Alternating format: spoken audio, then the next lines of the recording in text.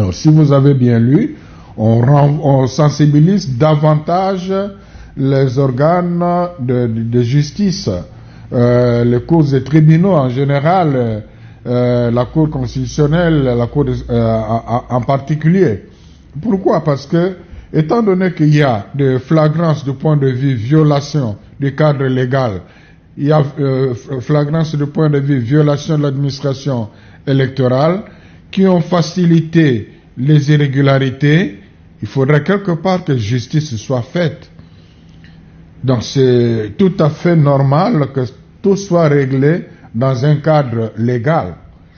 Parce que s'il n'y a pas un bon règlement de toutes ces questions dans le cadre légal, ça pourrait amener de trouver une solution dans un cadre politique. Mais les évêques sont pour la légalité d'abord. La justice élève la nation. Chacun connaît ses compétences. Il y a des procureurs généraux affectés à de différentes instances judiciaires qui ont la latitude de se saisir d'office de certains dossiers documentés par les différentes parties prenantes. Donc, qu'on n'attende pas dans ce contexte politiques qui n'attendent pas nécessairement que les gens viennent se plaindre pour tel ou tel cas, mais ils peuvent d'office se saisir de certains cas emblématiques et s'attaquer là-dessus du point de vue judiciaire.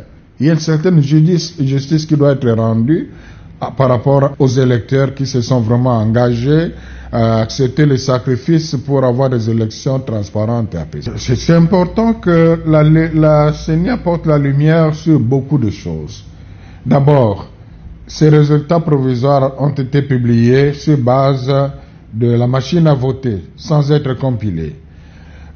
Une des lumières que la CENI peut porter, qui peut être un début de réponse, que la CENI a promise d'ailleurs, c'est publier ces résultats dans son site, bureau de vote par bureau de vote. Ça permettra à ceux qui ont les PV de l'un ou l'autre bureau de se rendre compte si en dehors de ce PV-là, il y a eu des votes qui ont été pris en compte ou pas. C'est une grande lumière qui va apaiser les gens. Parce que la grande question aujourd'hui, toutes ces machines qu'on a retrouvées entre les mains des individus dans leurs officines, en brousse et tout, est-ce qu'ont été prises en compte en dehors de PV qui étaient affichés au niveau des bureaux de vote?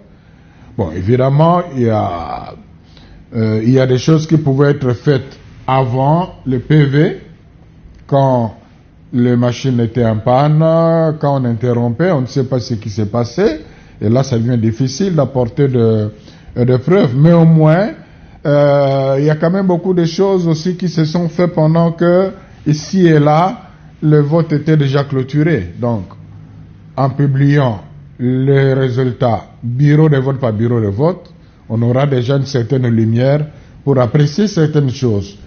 Les évêques, les pasteurs, qui vivent chacun chez lui, sont comme tous les Congolais témoins de tout ce qu'on a vécu, qui a été d'ailleurs largement médiatisé.